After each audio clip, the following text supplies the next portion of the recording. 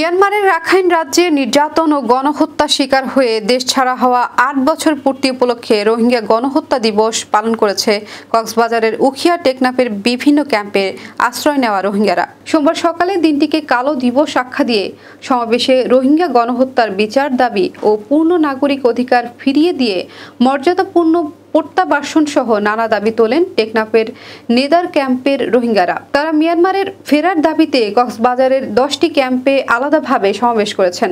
এসব ক্যাম্পে শিশুসহ প্রায় 30,000 রোহিঙ্গা সমাবেশ অংশ নেন। তারা স্বদেশে ফেরার আকুতি জানিয়েছেন সমাবেশ থেকে। সকাল 7টায় টেকনাফের লেদা জাদিমোরা সহ বিভিন্ন ক্যাম্প থেকে রোহিঙ্গারা স্লোগান, ব্যানার, ফেস্টুন নিয়ে আমগাছ মাঠে সমাবেশ জড়ো হন। শুরুতে মৌলভী রোহিঙ্গা রহমাতুল্লাহ নিজস্ব ভাষায় তারানার মাধ্যমে মিয়ানমারের নির্যাতনের বর্ণনা তুলে ধরে তাদের দ্রুত স্বদেশে ফিরিয়ে নিতে বিশ্ব সম্প্রদায়ের প্রতি দৃষ্টি আকর্ষণ করেন। সমাবেশে রোহিঙ্গা নেতা মোহাম্মদ ইলিয়াস বলেন, 25শে আগস্ট রোহিঙ্গাদের অশান্তির দিন। 2017 সালের এই দিনে রাখাইনে রোহিঙ্গাদের ওপর গণহত্যা চালিয়েছিল মিয়ানমারের সরকার। শুধু তাই নয়, লাখ লাখ রোহিঙ্গা জনগোষ্ঠীর নিজের ভিটেমাটি কেড়ে নিয়ে দেশ ছাড়া করে। আমরা সেই জেনোসাইডের বিচার চাই।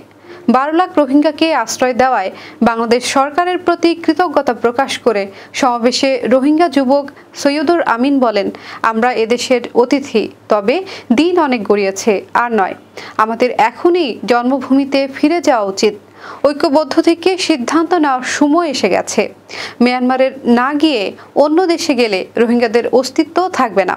তাই আমরা নিজ দেশে ফিরে যেতে বিশ্ববাসীকে পাশে চাই।